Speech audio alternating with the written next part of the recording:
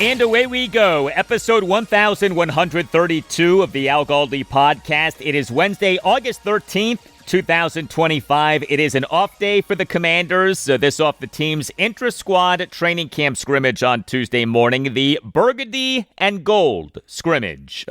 Is this the first of many Burgundy and Gold scrimmages for years to come? Did a new tradition begin on Tuesday morning? Do we maybe need to add some pomp and circumstance to the Burgundy and Gold scrimmage? Should there maybe be a dance associated with the Burgundy and Gold scrimmage, like a homecoming dance for a homecoming game? And of course, Washington for years has done alumni homecoming weekends during regular seasons. Maybe we need a Burgundy and Gold dance for the Burgundy and Gold scrimmage. Who would host the after party for the Burgundy and Gold dance? Hello and welcome to this Wednesday installment of the Al Galdi podcast. Next segment, discussion of the Burgundy and Gold scrimmage, including its surprising result, who did not participate, how coaches were divided up, the inspiration for the scrimmage, and more. And then the following segment, reaction to the conversation seen round the world, or at least round the Washington, D.C. area. And I stress the word seen as opposed to heard. Commanders general manager Adam Peters and Commanders receiver Terry McLaurin, off him having requested to be traded at the Burgundy and Gold scrimmage on Tuesday morning, speaking in person, one-on-one. Did this mean anything? Was this a whole lot of nothing? I'll also get into comments from head coach Dan Quinn on the McLaurin situation, receiver Deebo Samuel Sr., and the team's overall receiver situation. And also on the show, I'll talk Nationals and Orioles. The Nats, they on Tuesday night lost at the Kansas City Royals 8-5, despite out-hitting the Royals at 10-6. Left fielder James Wood again was good. His slump is done. The O's, they on Tuesday evening lost their third consecutive game and suffered their 13th shutout loss in MLB's 2025 regular season, a 1-0 loss to the Seattle Mariners at Oriole Park at Camden Yards. This hours after the news that both starting pitcher Zach Eflin and closer Felix Bautista are done for the season as the O's continue to get hammered by injury for a second consecutive season. You can hit me up on X at Al Galdi. You can email me the Al Galdi podcast at yahoo.com. Feedback taking me to task for my take that the Commanders overwhelmingly have the leverage in their contract extension negotiations with Terry McLaurin. From Mike on X, writes Mike, you are being a little close-minded about the leverage. Yes, the team has a lot of leverage, but if Terry takes the hold-in right up to the start of the season, that could lead to a slow start. In a win-now season, why take that chance? Peters risks being penny-wise, pound-foolish. Also, it's not as simple as just tag him next year. He doesn't have to sign the tag and can hold out into the season without penalty. The whole time, the team would be carrying Terry's tag number on the cap. Not to mention the bad blood that such a situation would generate. Thank you for that, Mike. Well, the chance of Terry McLaurin being willing to sit out all of the 2026 season, to me, is minuscule. He would lose money that he would never get back, and he would be returning to the NFL in the 2027 season, what would be his age 32 season, at a position that does not age gracefully. Pittsburgh Steelers running back Le'Veon Bell did this. He sat out the entire 2018 season off being franchise tagged by the Steelers in March 2018. He made a massive mistake. He lost money that he never got back. His career was never the same. And by the way, he came to admit that he made a major mistake. Email from Alan. Writes Alan, hey Al, I could not disagree more.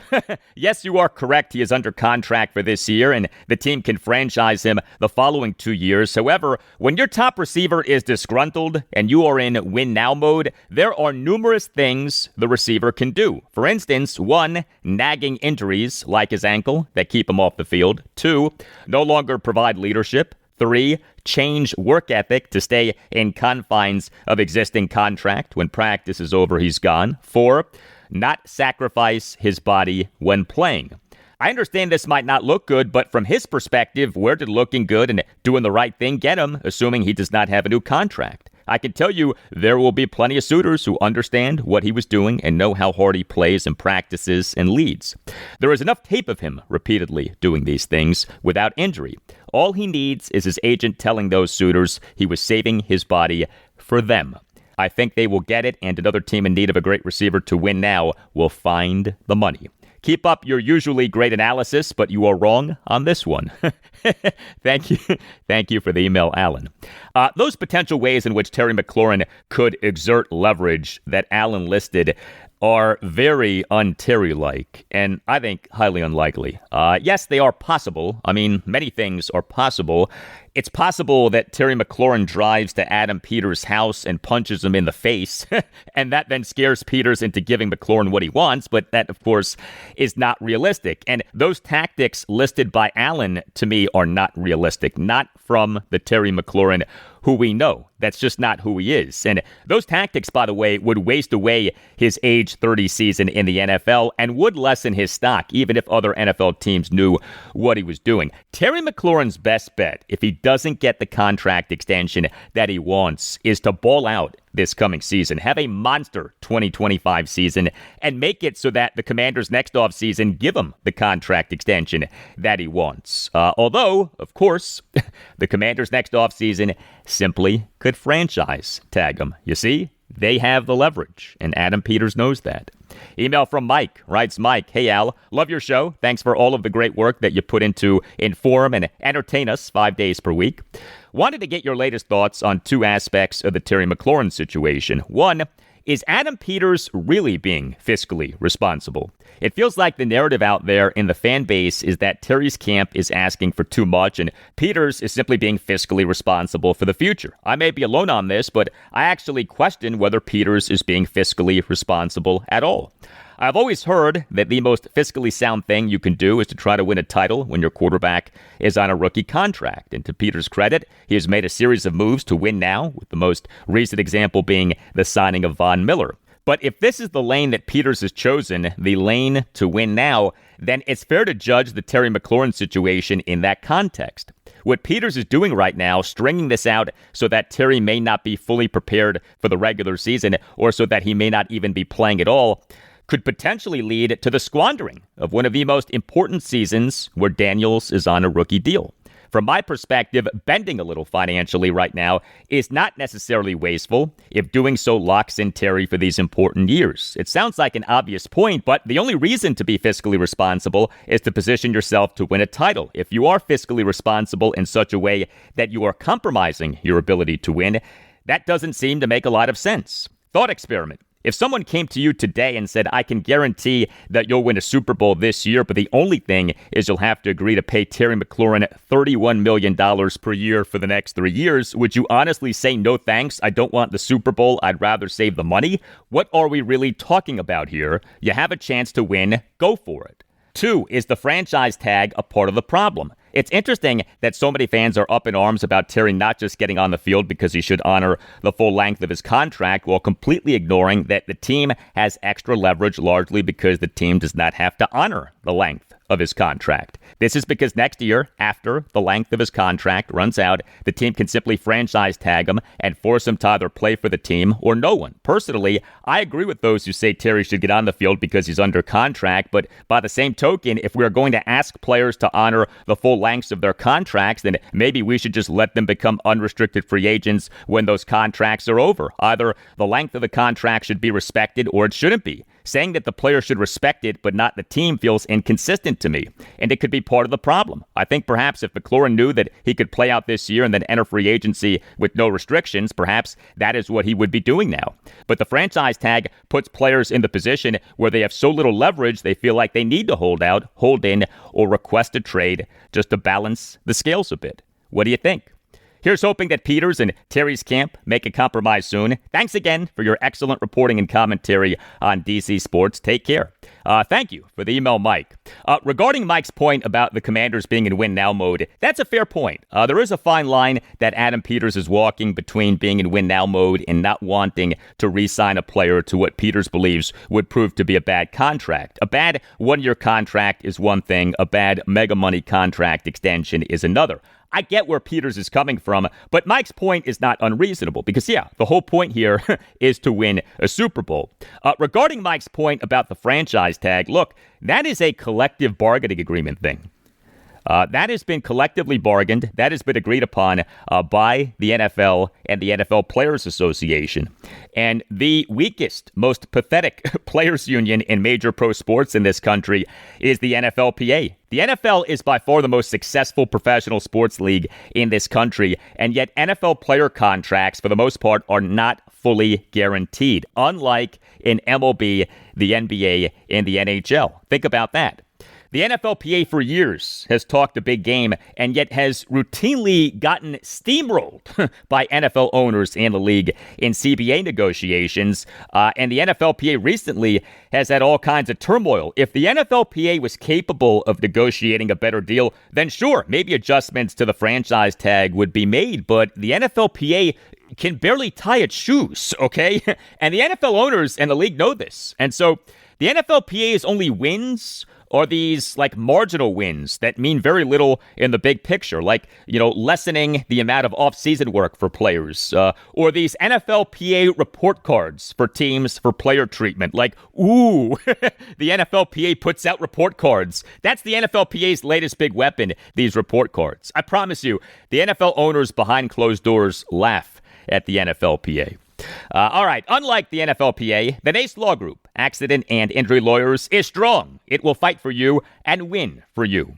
Just recently, an $8 million jury verdict in Baltimore City Circuit Court in a case in which the NACE Law Group represented the family of a 42-year-old man who died after a simple procedure. Lead attorney Chris Nace, he is a big Commanders fan. He is a big supporter of this podcast, and his firm wins trials. If you have a case, contact the Nace Law Group. Call 202-902-7611 or visit Washington, D.C., injurylawyers.com and tell the Nace Law Group that Al Galdi sent you. The Nace Law Group is tremendous. It is a Washington, D.C.-based family law firm that handles medical malpractice, personal injury, birth injury, legal malpractice, and consumer protection cases, offering aggressive advocacy for victims in Washington, D.C. and West Virginia. Lead attorney Chris Nace is an experienced trial attorney who is not afraid to take cases to trials, and that's because the Nace Law Group wins trials. If you feel that you've been wronged, if you think that you've been wronged but aren't sure, contact the Nace Law Group and schedule a no-obligation appointment. Call 202-902-7611 or visit Washington, D.C., injurylawyers.com and tell the Nace Law Group that Al Galdi sent you. That's 202-902-7611 or Washington, D.C., injurylawyers.com and tell the Nace Law Group that Al Galdi sent you. The Nace Law Group, Accident and Injury Lawyers.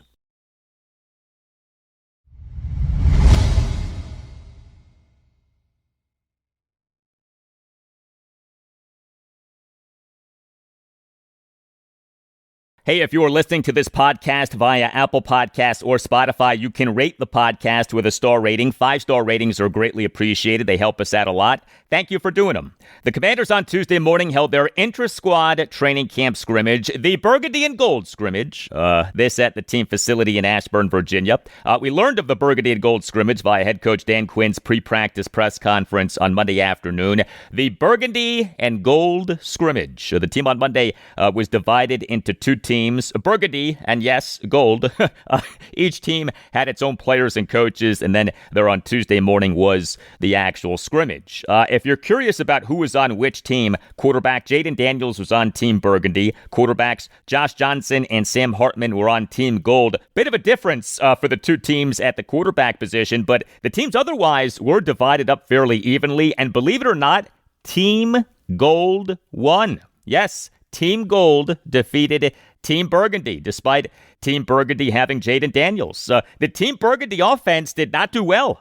This, of course, was one intra-squad scrimmage, so we're not going to go bonkers over what took place, but the Jaden Daniels quarterbacked Team Burgundy offense did not do well, and it wasn't just Daniels. Neither he nor his receivers nor his offensive line looked good. Each player on the winning team, by the way, got a white T-shirt that reads, quote, "All Ashburn," end quote, above the W logo. I like that, All Ashburn. This was a spirited Burgundy and Gold scrimmage. We early in the scrimmage had a massive hit by cornerback Mikey Sainristil on receiver Luke McCaffrey. Later in the scrimmage was a scuffle after cornerback Noah Igbenogany had a hit on running back Chris Rodriguez Jr. We on Tuesday morning had a post-scrimmage session with reporters for safety and special teams ace Jeremy Reeves. We, during that session, had this back and forth between 7 News DC sports director Scott Abraham and Reeves. Jeremy, ultimately, collectively, as a whole team, how do you think this team got better today? Competing.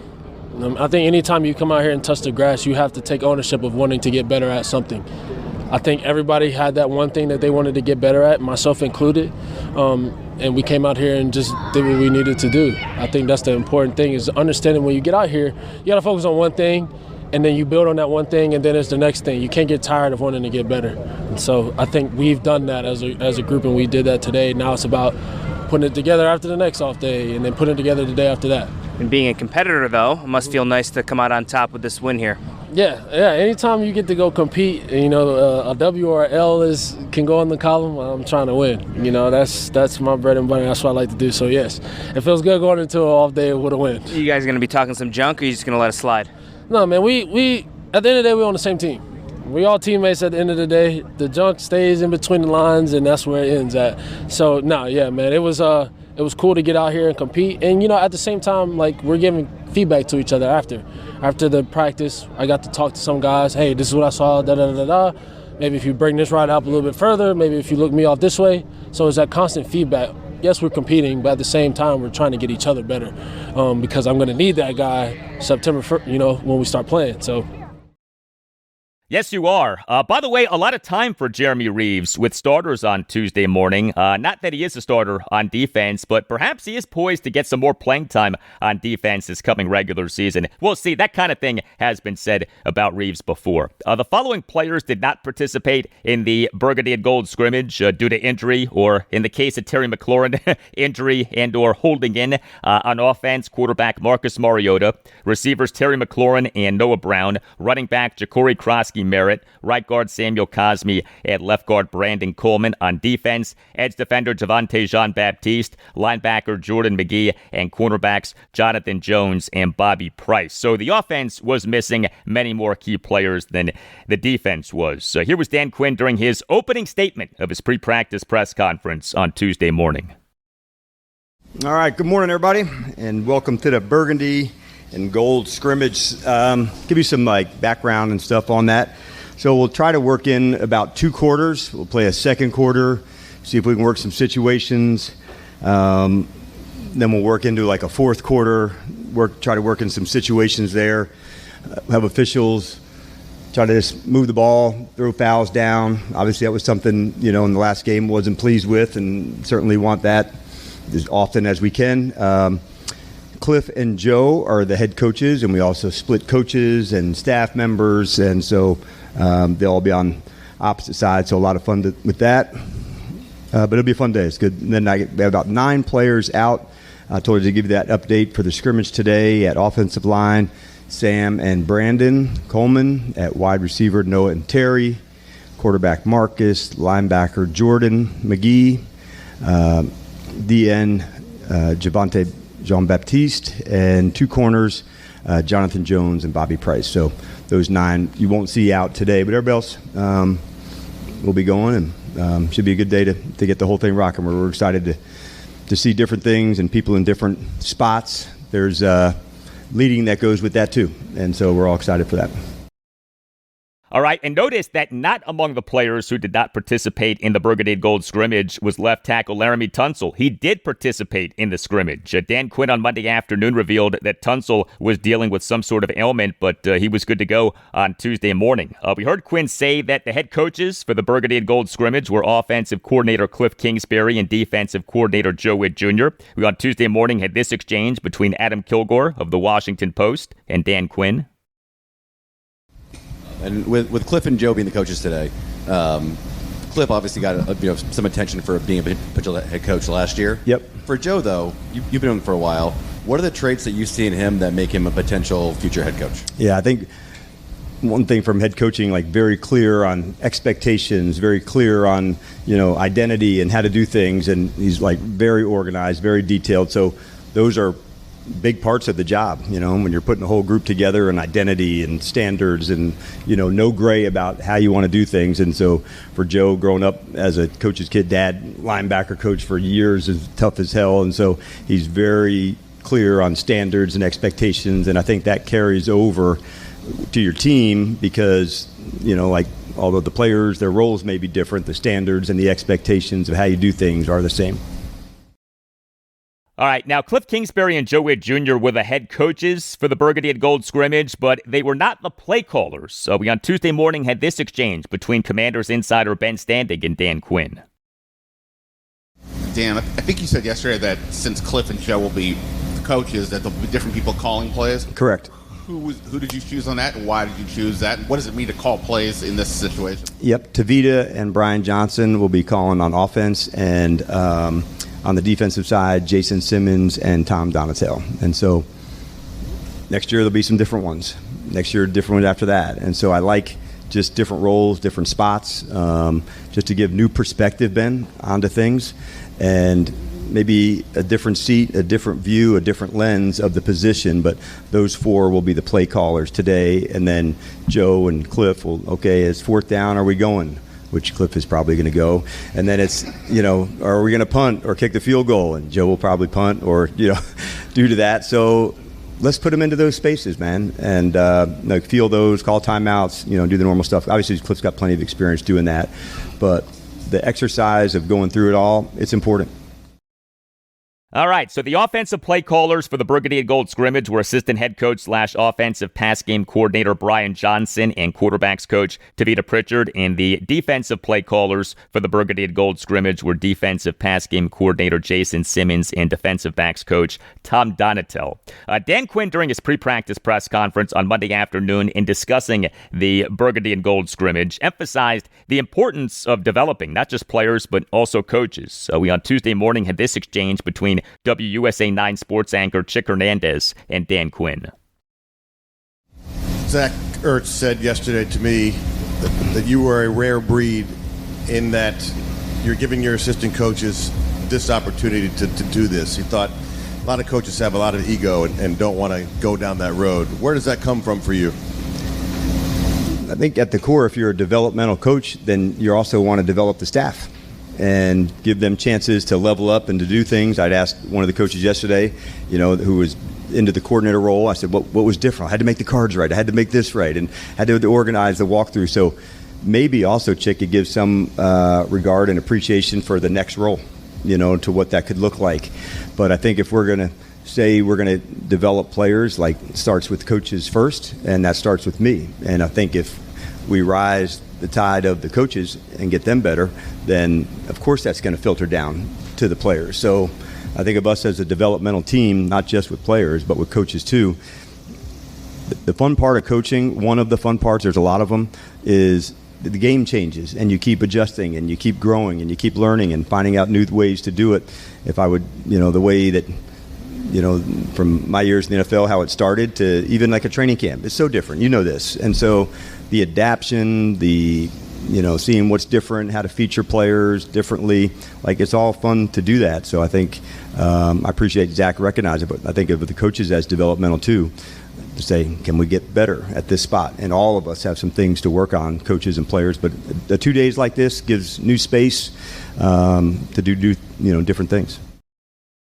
Absolutely. The Burgundy and Gold Scrimmage was a really good idea. This, to me, should become an annual occurrence. Now, what about how these Burgundy and Gold teams were put together? What went into that? We, on Tuesday morning, had this exchange between Mitch Tischler of Monumental Sports Network and Dan Quinn. How intentional were you with kind of splitting up the Burgundy and Gold teams today? And how much input did Cliff and Joe have in the guys that they were working with? We did a lot to split them to, find some balance back and forth. And Adam and his staff also were a big part of this last 2 days as well of are there any late trades and going through processes. So we've really dug in to find ways to level people up, from the coaching and support and personnel for all of our jobs, like none of us were ready for that one. And you just go and you figure it out and you get there. And this is a byproduct of that. And it's a lot of fun to go through that. But as far as the personnel-wise, we kind of did that for them, and then they did the staff and how they would split up people. So it's been a lot of fun. Now, I know that there was this thought that Dan Quinn did this Burgundy and Gold scrimmage as a reaction to the team getting blown out in the preseason opening 48-18 loss at the New England Patriots this past Friday night. Maybe. But it does seem as if this was always part of his training camp plan. He has talked about the break between the team's first two games of the preseason, Game 1 August 8th, Game 2 August 18th. That would be this Monday night, Commanders versus the Cincinnati Bengals at Northwest Stadium on Monday Night Football at 8. And so the Burgundy and Gold scrimmage made for something different to pass the time between the team's first two games of the preseason and break up the monotony of training camp. And the scrimmage seemed to go well.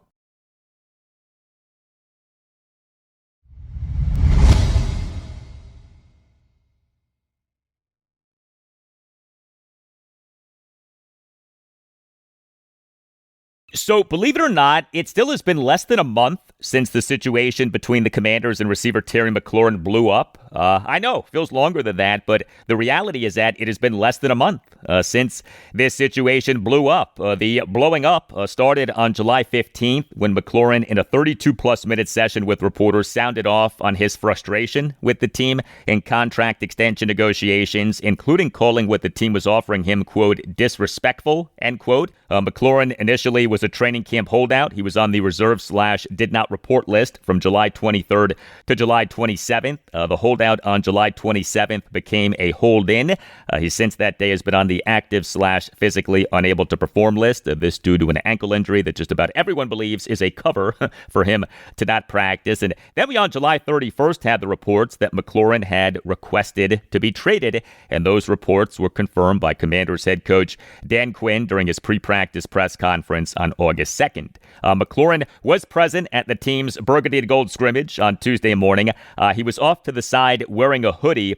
He at one point was speaking one-on-one with Commanders general manager Adam Peters. Boy, wouldn't you love to know what they said and how they said what they said. I do take McLaurin and Peters speaking in person one-on-one as a good sign. In other words, the situation isn't so bad to where they're not speaking. My sense is that the tension, to whatever extent there is tension, is between Peters and McLaurin's agent, Buddy Baker, not so much between Peters and McLaurin. But of course, just because McLaurin and Peters were speaking one-on-one in person doesn't mean that a contract extension is imminent. McLaurin and Peters on Tuesday morning may have been exchanging pleasantries and nothing more. The two of them speaking in person one-on-one may have been for show, may have been just for optics. Hopefully not, but we don't know. We have no idea what was said or how what was said was said. It also would be interesting to know who initiated the conversation, whose idea was the conversation. Dan Quinn, during his pre-practice press conference on Tuesday morning, got asked a decent amount about the Terry McLaurin situation, although Quinn did not say much. But we on Tuesday morning had this exchange between Commanders insider Nikki Javala of The Athletic and Dan Quinn, and then you hear a follow-up exchange between Adam Kilgore of The Washington Post and Quinn. Just an update on Terry. He's been on PUP with the ankle injury. Where does he stand? Yeah, I don't have any big updates for you on that. As far as timelines go, the guys have an off day tomorrow, and then as we were working into the practices prior to the next game on Monday night, maybe I can give you some insights then, but no updates to share with you today. Dan, good morning. To kind of follow up on Nikki's question there, and apologize if this is probably more of like an Adam question, but you're in the building, you're around. What is your level of optimism and/or concern about where things stand with Terry? Yeah. Look, you want everybody as the coach out on the field at every practice, at every game. I also know that that's not reality either. And so I just try to make sure, man, just keep pouring into the guys, keep digging into it. But I know it is, part of our game where, you don't have everybody all the time.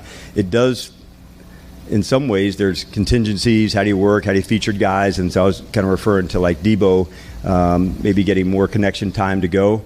But as far as where I'm at, I also I'm aware things happen, and you adjust, and that's kind of what coaching is, and you don't have your full roster all the time, and you put yourself into those spaces pretty regularly, and then when those come up, you feel more normal doing that.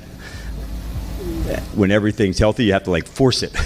When the injuries and things come up during this time of year, it happens naturally. Okay, let's feature, let's see what happens, and I like doing that too.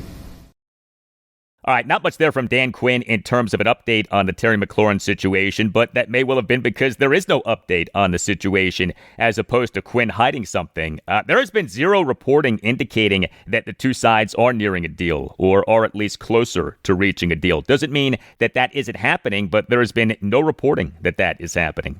I had felt that a contract extension would get done before the start of the regular season. I do still feel that way, but I now am more open to the possibility that an extension will not get done before the start of the regular season. A, because of the reported gap between the two sides regarding what the Commanders are offering and what McLaurin wants. And B, the reality that the Commanders don't have to sign McLaurin to an extension. They can play this year to year via having him under contract for the 2025 season and then having the franchise tag option for the 2026 season and even the 2027 season. But yes, Terry McLaurin was at the scrimmage on Tuesday morning. We shortly before seeing him had this exchange between Commanders insider Ben Standig and Dan Quinn. Just to go back to Terry for a quick sec, we haven't seen him for a couple of days. Has he still been with you guys? Yes. Every day? And is he still meeting with the training staff every day? Correct. Yep. All of it. Yeah, and this whole ankle injury thing with Terry McLaurin remains so odd. Dan Quinn, during these press conferences, gets asked about and talks about this McLaurin ankle injury as if it's a real thing. And look, maybe it is to some extent, but nobody believes the ankle injury would have McLaurin on this active/physically unable to perform list if he was happy with his contract situation. Regardless of where you stand in the Terry McLaurin situation, who's right, who's wrong, who has the leverage, I think that we all could agree that we want this situation to be over. The sooner that there's resolution, the better. Terry McLaurin is the team's unquestioned number one receiver. He is a hugely important player for the team, which, yes, is in win-now mode. In the meantime, other receivers are getting opportunities. A guy who is having a really good training camp is receiver Deebo Samuel Sr. He appears to be in shape and appears to be motivated and appears to be poised for a bounce-back season off his down 2024 season with the San Francisco 49ers, who, of course, traded him to the Commanders. This past March, we on Tuesday morning had this exchange between Nicky Javala and Dan Quinn. Deebo, you guys have said he's come in, he's looked in great shape.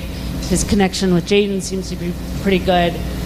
What is the key for him in sustaining this, and what have you seen from him just mentally and that willingness to take on that challenge? Yeah, it's a good question. I think he is in great shape. That was the one, I think, first that you could tell he really put the work in physically, but also from the neck up, learn a new system, being in different ones. It is different, than the system that he has been a part of.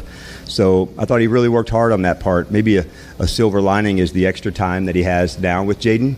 And so sometimes when, Noah and Terry aren't there and he gets more, sometimes there's unintended consequences that can take place that you see that's good. And I think that may be one of those that you're probably seeing now, Nicky. Deebo Samuel, of course, clearly is the Commanders' number 2 receiver. Noah Brown clearly is the team's number 3 receiver. As you may recall, a big conversation around this time last year was who was the team's number 2 receiver, as the stock of Jahan Dotson, remember him, plummeted, and he was eventually traded. The Commanders on August 22nd, 2024, announced having traded Dotson and a 5th-round pick in the 2025 NFL Draft to the Philadelphia Eagles for a 3rd-round pick in the 2025 NFL Draft and 2 7th-round picks in the 2025 NFL Draft. We this past April, by the way, had the news that the Eagles did not exercise the 5th-year option in Dotson's contract, so he is set to be an unrestricted free agent in the 2026 offseason. Anyway, we on Tuesday morning had this exchange between Commanders insider John Keim of ESPN and Dan Quinn. Last year, this time, talked a lot. We're asking a lot about the number 2 receiver. Who would it be and all that? How do you feel about this group overall at this point and going into the season? Yeah, Jalen's been one that I've been impressed with in the slot.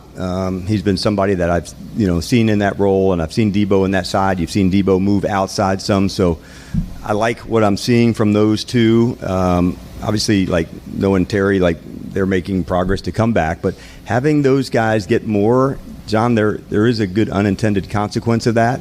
So I'm excited to see more of that, quite honestly. As far as a two in that way, how we feature Debo inside, Terry and Noah more outside. Do we move guys around? Yeah, but I'm excited to see, Debo some outside, Jalen some outside. I've seen them more in the slot, and they're doing a nice job.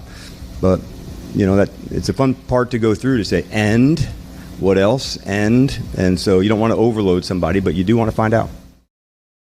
I tell you, Dan Quinn has had a lot of nice things to say about receiver Jalen Lane lately. The Commanders took him out of Virginia Tech in the 4th round of the 2025 NFL Draft. A smaller receiver, to be sure. Lane at the 2025 NFL Scouting Combine measured as being 5'9" and 3/4 of an inch and 191 pounds, but he is super athletic. Lane at that 2025 Combine recorded a 4.34 second 40-yard dash, an 11-foot broad jump, and a 40-inch vertical, each of which ranked number 3 among all receivers at the 2025 Combine. He is the leading contender to be the Commanders' number 1 punt returner for the 2025 regular season, and maybe, hopefully, will be a major factor on offense. A lot of ways in which that speed could be deployed by offensive coordinator Cliff Kingsbury.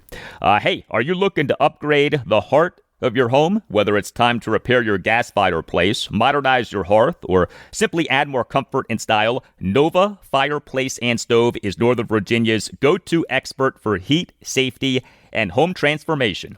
Nova Fireplace and Stove is a family-owned, fully licensed, and insured company with over-the-top credentials, gas and electrical master's licenses, a Class A contractor's license, and a long list of 5-star reviews to back all of this up. Nova Fireplace and Stove has a beautiful showroom in Woodbridge, Virginia. That's where your dream fireplace begins. Come in and see Nova Fireplace and Stove's stunning displays, including custom fireplace glass doors and stone refacing options that can completely transform the look of your fireplace. From sleek and modern to rustic and cozy, Nova Fireplace and Stove has something for every style. And here's what else Nova Fireplace and Stove offers: gas fireplace service and repair, chimney cleaning and brickwork repair, generator installation, panel replacement, and water heater repairs, smoke detectors, security lights, and more. Every job includes a free in-home estimate. And for listeners of the Al Galdi podcast, Nova Fireplace and Stove is offering $25 off any service. Just mention this ad. Nova Fireplace and Stove only works in Northern Virginia and thus knows the homes, the codes, and the people. Your satisfaction is 100% guaranteed because Nova Fireplace and Stove takes pride in every flame that is lit and in every customer who is served. So stop by the showroom, see what's possible, and let Nova Fireplace and Stove help you bring warmth, safety, and style to your space. You can also visit NovaFireplaceandStove.com. Nova Fireplace and Stove, where comfort meets craftsmanship, and your fireplace becomes the heart of your home.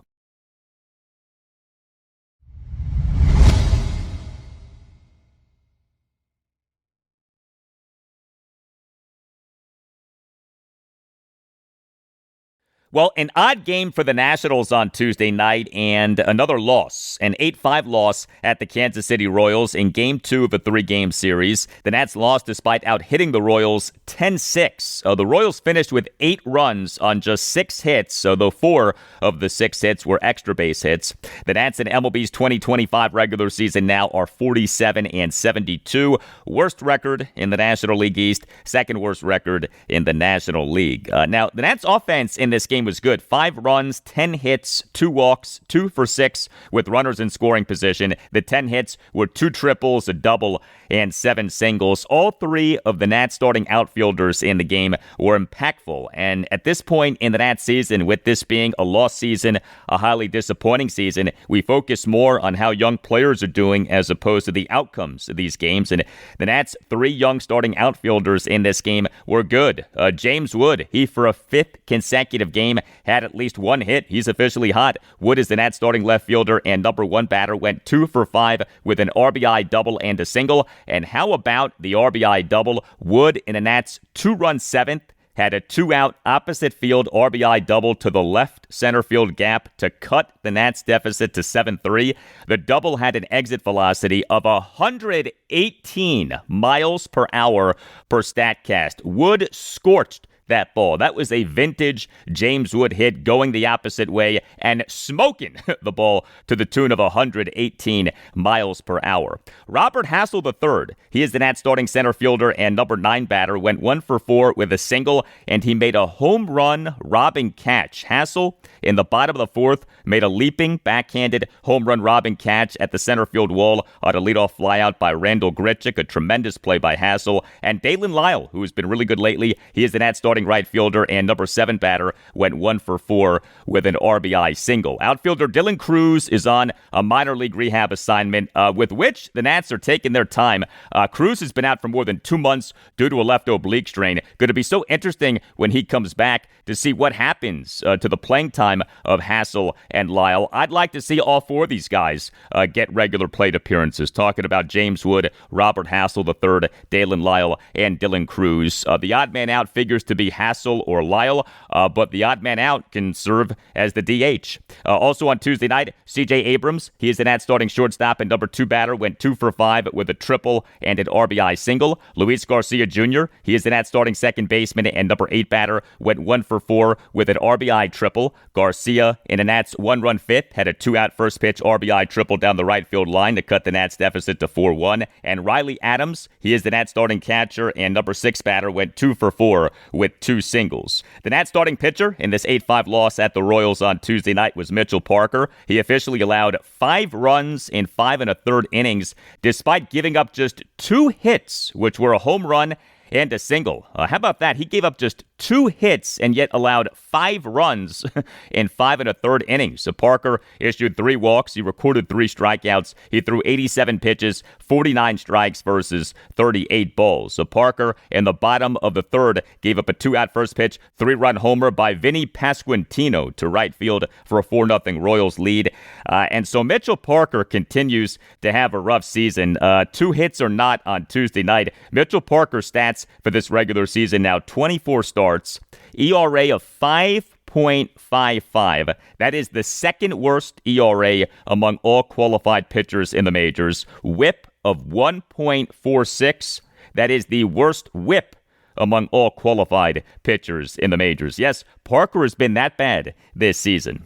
The Nats relief pitching in this 8-5 loss at the Royals on Tuesday night was bad. 3 Nats relievers combined to officially allow 3 runs in 2 2/3 innings. Connor Pilkington officially allowed 2 runs in 2/3 of an inning. He had been so good, but he was not good in this game. He had a 3-run 6 for the Royals, faced 4 batters, but got just 2 outs. He gave up a 2-out first pitch opposite field RBI double by Randall Grichuk to right field, and then gave up a 2-out 2-run homer by Jonathan India to left field for a 7-2 Royals lead. Orlando Ribalta allowed 1 run in 1 inning. He, in the bottom of the 7th, allowed a run on a single, a walk, and an RBI double. He did generate 3 swinging strikeouts, and P.J. Poulin tossed the scoreless bottom of the 8th despite issuing 2 walks. Game 3 for the Nats at the Royals, Wednesday afternoon at 2:10. Jake Irvin will be the Nats starting pitcher.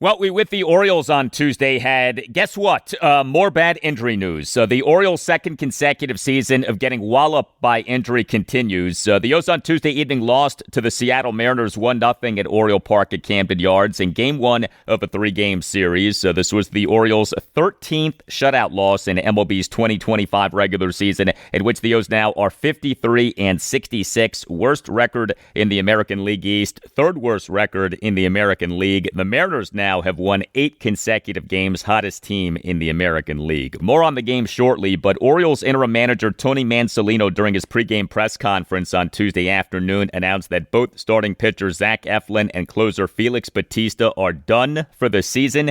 Eflin needs back surgery. Bautista has a right shoulder injury serious enough to where he's done for the season. And this news comes one day of starting pitcher Grayson Rodriguez undergoing season-ending right elbow debridement surgery. He did not throw a single pitch in this regular season. Rodriguez, Eflin, and Bautista all done for the season. The O's on July 31st, 2025 MLB trade deadline day did not trade Zach Eflin, despite him being in a contract season. Instead, the O's on July 31st placed Eflin on the 15-day injured list, retroactive to July 29th. This due to lower back discomfort, his third stint on the 15-day IL this season. Eflin was on the 15-day IL June 30th, retroactive to June 29th to July 23rd due to lower back discomfort, and he was on the 15-day IL April 9th, retroactive to April 8th to May 11th due to a right lat strain, and he had a bad season. Again, what is a contract season for him. Eflin for this regular season, 14 starts, ERA of 5.93, whip of 1.42. Felix Bautista, he this season came back from Tommy John surgery that he underwent in October 2023. He did not pitch at all in the 2024 regular season. This season was good, but now he, for a second time in 3 years, has a serious injury, and this is his age 30 season. You wonder if we'll ever again see the Felix Bautista who was so good in the 2023 season. Here was Tony Mansolino during his pregame press conference on Tuesday afternoon, and then you'll hear multiple follow-up exchanges. I'll start with Grayson. Successful surgery. Everything went good. He will rehab in Sarasota. Likely be ready for spring training. Should be good to go for there. We got Zach Eflin will have a lower back procedure here, I think next week is where that's coming up, or soon. He's done for the year, and he will stay at home in rehab. And then Felix has an appointment later this week. It is a significant shoulder injury. He is done for the year. And then we will have another update on him probably another week or so. For Felix, I'm assuming the other update will be regarding timeline? I think so, yeah. Well, he's got the appointment later this week, so it's hard to have all the information until he goes through all the proper, appointments and channels and whatnot. What kind of procedure is Zach having? So it's a significant shoulder injury. So once we have the appointment with the doctor. Sorry, I meant Zach. Oh, Zach. It is a lumbar microdiscectomy. I think I might have said that right. I was practicing. I can't. I don't know if that's right or wrong, but it's a lumbar microdiscectomy. Yeah.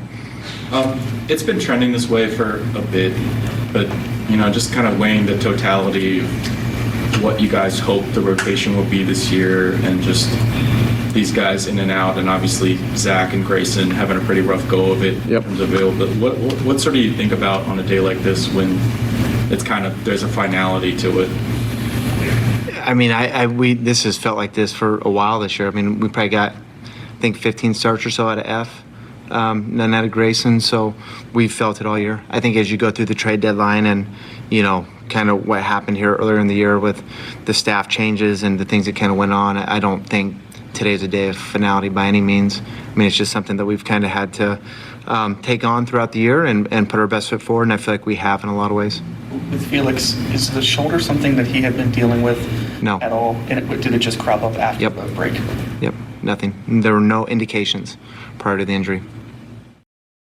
Yeah, so the hits keep on coming for the O's in terms of injuries, but actual hits did not come for the O's on Tuesday evening. The O's in this 1-0 loss to the Mariners on Tuesday evening scored no runs, a total just 5 hits, worked just 1 walk, and went 0 for 2 with runners in scoring position. The 5 hits were a double and 4 singles. Mariners starting pitcher George Kirby tossed 7 scoreless innings with 7 strikeouts versus no walks. Gunnar Henderson provided the Orioles double and their walk. He is the Orioles starting shortstop, and number 3 batter went 1 for 3 with a double and a walk. But this Orioles lineup is depleted big time right now.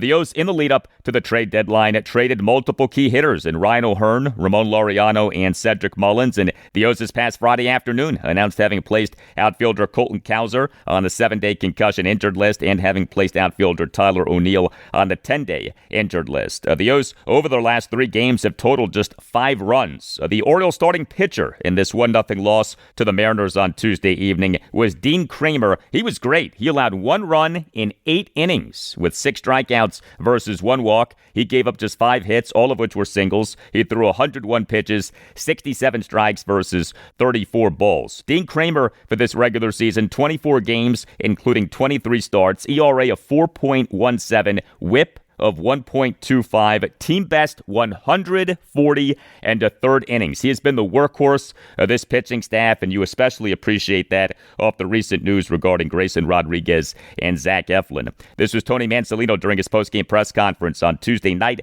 on Dean Kramer. Yeah, he's been awesome. We talked about like the new school and the old school. That's definitely the old school part of him. Go out there and throw 8 strong innings right there. And, one point in that 8th inning, that last batter gone quickly and the pitch count would have stayed a little bit lower, we'd probably send him out for the 9th, just kind of with the state of the bullpen and where everything's at. But it was nice to see Rico Garcia get in there and kind of throw the inning that he did. But Kramer's been great.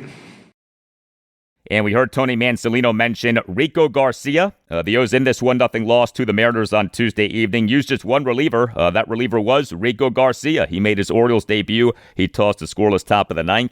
The O's on August 5th announced having claimed Garcia off waivers from the New York Mets. Game 2 for the O's against the Mariners at Oriole Park at Camden Yards Wednesday evening at 6:35. Trevor Rogers will be the Orioles starting pitcher.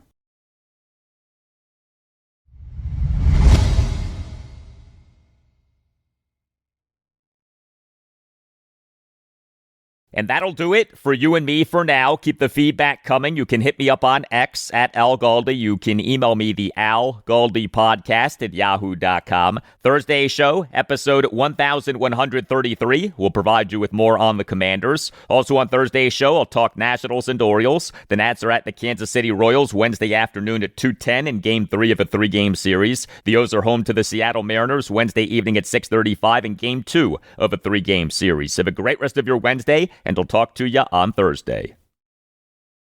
All right, good morning, everybody, and welcome to the Burgundy and Gold Scrimmage.